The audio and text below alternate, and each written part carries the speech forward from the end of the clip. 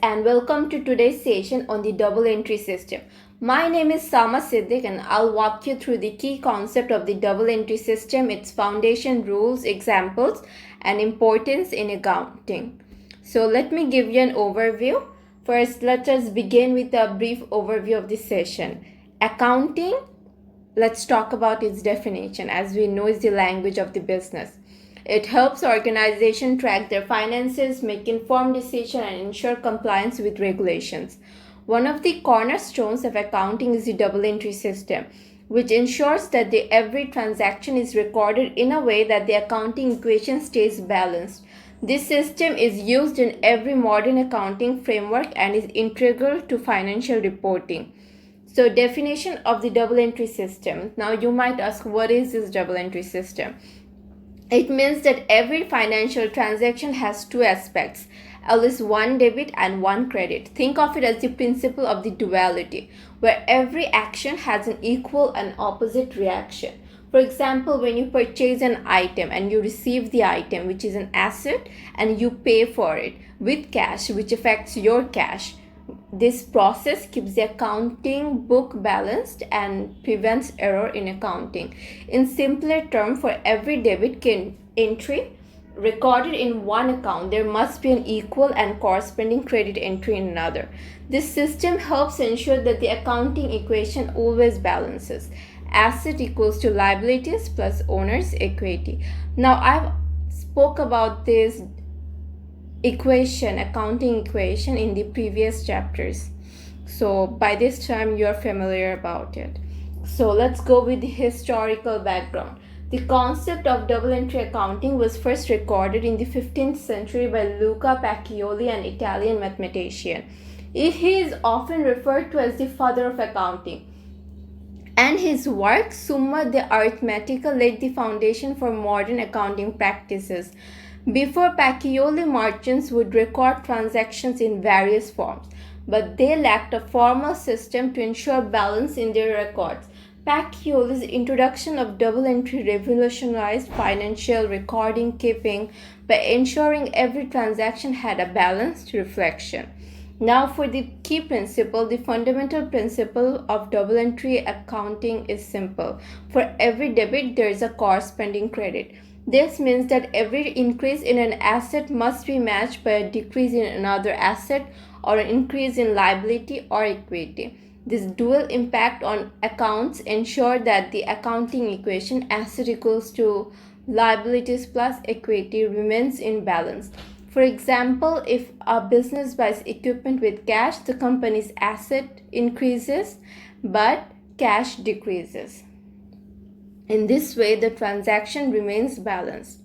Now, the objective of double entry system. There are four objectives. Accurate record keeping. It ensures that all financial transactions are provided in a manner that provides a complete and accurate representation of the business financial position. Error detection. By balancing debit and credit, the system automatically checks for errors in the recording process. Reliable financial reporting. Financial statements such as income statement and balance sheet depend on accurate record made through double entry. Legal and tax compliance. Most countries require business to maintain accurate financial record for taxation and regulatory purpose. Now, before we dive deeper into the double entry system, it is important to understand some key accounting terms that will help us navigate the system. Asset, resource owned by the business. Liabilities, debt or obligations of the business. Equity, the owner's residual interest after liabilities have been deducted from asset. Revenue is the income generated from normal business activities. Expenses, cost incurred in generating revenue. Now, I'm not diving deeper into asset, liability, equity, revenue, expenses because I've spoke about it in the previous chapter. And the expenses, the cost incurred in generating revenue. Journal is a chronological record of all transactions made by the business. Ledger is a collection of individual accounts where transactions are classified. Debit, an entry on the left side of the T account indicating an increase in asset or expenses. Credit, an entry on the right side of the T account indicating an increase in liabilities, revenue, or equity. Now, you might ask what a T account is. I'll dive into this T account in later slides. So, as I spoke about the accounting equation, every transaction will affect at least two accounts and will always keep this equation in balance. For instance, if this business purchase equipment for cash, the asset equipment increase but another asset cash decreases by the same amount, keeping the equation balanced. Classification of accounts. So I'll dive into the classification and rules of accounts in three categories: personal account, real account, and nominal account. Personal account. These accounts relate to individuals, firms, and organizations. For example, debtors and creditor. Rule: debit the receiver, credit the giver. Real accounts. These accounts relate to assets and liabilities. For example, cash, equipment, and account payable. Rule: debit what comes in, credit what goes out. Nominal account. This account tracks income, expenses, losses, and gains. For example, sale and rent. Example: rule: debit expenses or losses, credit incomes or gains. Now, as I've spoken about this T account before, the T account format is used to visually represent account balances. The left side of the T account is for debit and the right side is for credit. The T account helps accountants and students understand how each transaction affects multiple accounts and how to maintain balances. So as you have seen, this T account look exactly like a T. So which is why it's called a T account. So let's move on to some example of T account. Example number 1, owner invests $5,000 into the business. First, we debit the $5,000, which is capital. In the cash account, we debit the capital, and in capital account, we credit the $5,000 cash. Now, example 2, paid rent of $1,000 in cash. In the rent expense account, $1,000 cash will be debited, and in the cash account, $1,000 rent expense would be credited.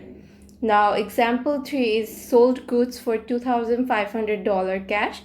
In the cash account, $2,500 sales would be debited, and in sales account, $2,500 cash would be credited.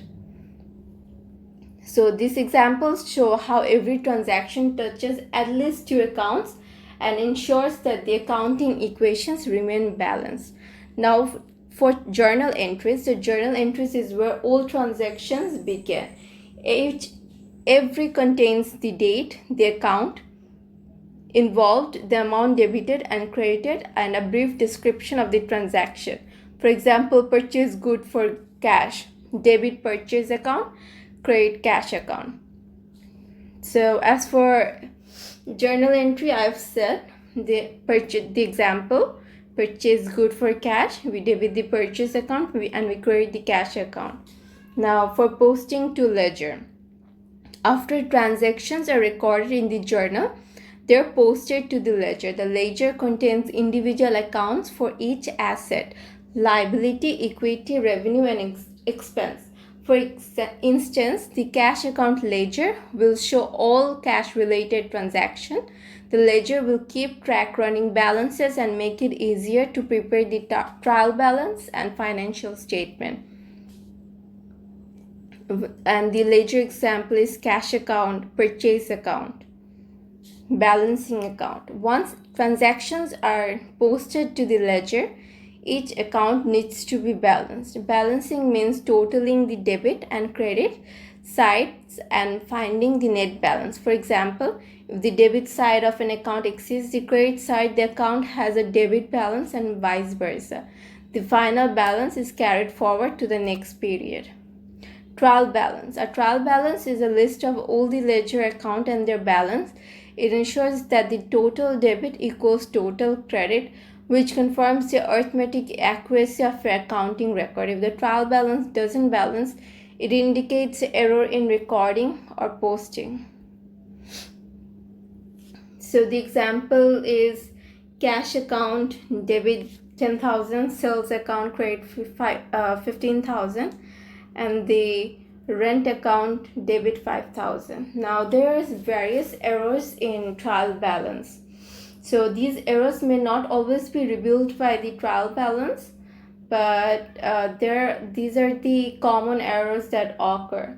The first is error of commission. These occur when a transaction is completely left out of the book. Nothing is recorded at all. For example, a cash sale of $5,500 is made, but no entry is recorded in either the cash account or the sales account. Since both debit and credit are missing, the trial balance still balances, but your income is understated. Error of commission. This happens when the correct amount is recorded, but with the wrong account of the same type. You receive $1,000 from John, but you accidentally recorded in Jane's account. Both are personal accounts, so the trial balance still balances, but the error misstates what each customer owes or has paid. Compensating error. These are two or more independent error that cancels each other out. Example, you overstate rent expense by $100 cash, and you also overstate sales revenue by $100. This trial balance will still balance because the effect offset each other, but both profit and individual accounts are incorrect. Error of principle. This occurs when a transaction is entered in the wrong class of account, violating basic accounting principle. Example, you purchase a motor vehicle for $5,000 cash, but recorded as an expense instead of an asset. This does not affect the trial balance but misrepresents the nature of expense and asset. Error of original entry. This means the transaction is recorded with the wrong amount in both debit and credit. Example, you meant to be record a payment of $3,000, but you entered $300 in both the cash and creditor account. This transaction balances, but the figures are incorrect. Again, the trial balance won't catch this. These examples show how trial balance is not just to rely on a balanced trial balance. You must also understand the nature of each entry and verify its accuracy. So rectification of errors. Errors need to be corrected through journal entries. If you spot an error, identify the incorrect entry, make the necessary correction, and ensure that the accounting equations still balance. For example, if you mistakenly record $1,000 instead of $10,000, you would make a correcting journal entry to adjust the amount. Double entry versus single entry. The double entry system is more systematic and reliable than the single entry system. In a single entry, only one account is affected by a transaction. It is incomplete and not standardized, making it prone to errors. Double entry, on the other hand, is comprehensive, ensuring that every transaction is properly recorded and balanced. Role in financial statement. The trial balance serves as the foundation for preparing the financial statement, like income statement, which reflects the company's profitability. Balance sheet shows the company's financial position at a specific point in time. The accuracy of these statements depends on the integrity of the double entry system. As for the accounting software, modern accounting software like Sage, QuickBook, and Tally automate the double entry process. However, understanding the principles behind double entry system is essential for understanding how this system works for performing manual checks. So let's give you some work example. Let's look at simple example. The business starts with $10,000 in cash. We debit the cash account $10,000 and we credit the capital account $10,000. So there is an increase in asset and increase in owner's equity. This example shows the initial record of business capital and reflects the dual impact on both assets and equity. So the basic transaction help us understand the relationship between asset and equity. The increase in cash is offset by an equal and increase in owner's equity, maintaining the balance in the accounting equation. So let's go for key takeaways, which is to summarize: the double entry system is accurate, reliable, and essential for financial reporting. It ensures every transaction is recorded in a balanced manner.